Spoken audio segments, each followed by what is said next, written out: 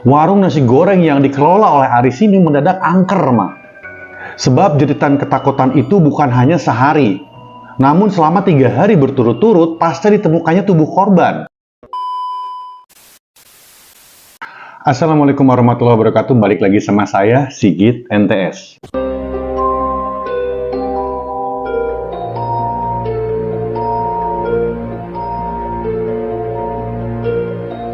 Dalam video kali ini saya akan bahas tentang kasus kriminal yang terungkap dikarenakan oleh arwah para korbannya sendiri, Mak. Tapi sebelum ke kasusnya, jangan lupa like, komen, share, dan nyalain juga notifikasinya biar kalian tahu kalau saya upload video terbaru. Later. Kasus kriminal yang terjadi di Indonesia sangat beragam, Mak. Dan beberapa kasus kriminal yang terjadi tersebut berhasil nih diungkap oleh pihak kepolisian. Pengungkapan suatu kasus kriminal didasarkan dari keterangan saksi, alat bukti, serta petunjuk lainnya yang berada di tempat kejadian perkara. Namun ada beberapa kasus kriminal yang memang bisa dibilang korbannya itu menghantui para pelaku, Mang. Dan akhirnya si pelaku ini menyerahkan diri dikarenakan takut akan korbannya. Dalam video kali ini saya akan bahas tentang kasus kriminal yang berhasil terungkap berdasarkan hal-hal yang mistis, Mang. Yang pertama, kasus penghilangan nyawa guru honorer di Kediri, Jawa Timur.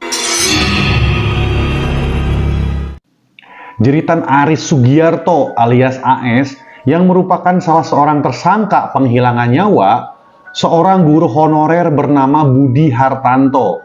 Jeritan ini sempat menghebohkan warga sekitar, Mang.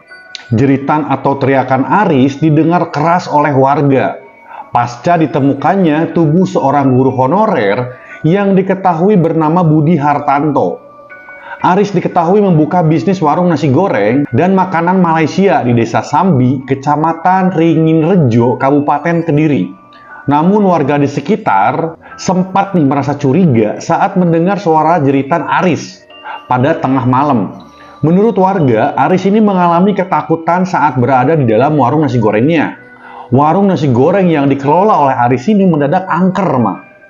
Sebab jeritan ketakutan itu bukan hanya sehari, namun selama 3 hari berturut-turut pasca ditemukannya tubuh korban. Bahkan Aris ini mengaku badannya itu merasa sangat berat seperti ada yang menindihnya. Dan menurut salah seorang warga yang bernama Sulija, berusia 65 tahun, tetangga sebelah timur warung nasi goreng Aris, mengungkapkan dirinya itu mengetahui Aris ini sempat menjerit-jerit ketakutan pada malam hari. Jeritan itu terdengar selama beberapa hari. Ramai kabar ada seorang guru honorer yang dihilangkan nyawanya, Mang. Aris ini sempat menjerit-jerit seperti orang yang ketakutan banget. Padahal di warungnya itu ada teman-temannya juga. Aris sering ketakutan hampir setiap malam, Mang. Aris juga sempat terlihat berlari dari warungnya ke jalan dengan ekspresi orang yang ketakutan banget, Mang. Keesokan harinya Sulija ini sempat menanyakan kejadian yang membuatnya menjerit-jerit ketakutan. Pertanyaan itu dijawab oleh Aris yang mengaku pundaknya itu seperti kejatuhan kayu yang sangat berat, Mang. Karena tidak kuat dengan beban seperti itu, Aris ini akhirnya menyerahkan diri ke pihak kepolisian dan mengakui semua perbuatan yang sudah dilakukan. Aris juga mengakui kalau dia itu dihantui rasa takut yang berlebihan serta rasa bersalah terhadap korban. Dan sejak kejadian itu, warung nasi goreng yang dikelola oleh Aris ini kemudian tutup, Mang. Yang kedua adalah penghilangan nyawa pemandu lagu. Penghilangan nyawa Fitri Anggraini, seorang pemandu lagu, mulai mengalami keresahan. Fitri Anggraini dihilangkan nyawanya di Desa Puguh, Kecamatan Boja, Kendal, Jawa Tengah. Meski sang pelaku yang bernama Didik Ponco berusia 28 tahun, melakukannya dengan cara membabi buta, ia pun mulai merasa dihantui oleh Fitri Anggraini. Didik mengaku setelah melakukan tindakan sadis itu, ia sering menjumpai sosok Fitri yang menampakkan diri pada dirinya. Sosok Fitria selalu hadir dengan kondisi yang sangat menyeramkan, Mang. Bahkan pada saat Didik berada di sel pun, sosok Fitri itu selalu menghantui Didik. Dikarenakan sering dihantui oleh sosok Fitri, Didik pun akhirnya tidak kuat menahan rasa ketakutannya dan menyerahkan diri ke pihak kepolisian. Didik juga mengakui ini semua perbuatan yang telah dia lakukan kepada pihak kepolisian. Didik mengaku nih selain membegal, dia juga telah menghilangkan nyawa seorang pemandu lagu.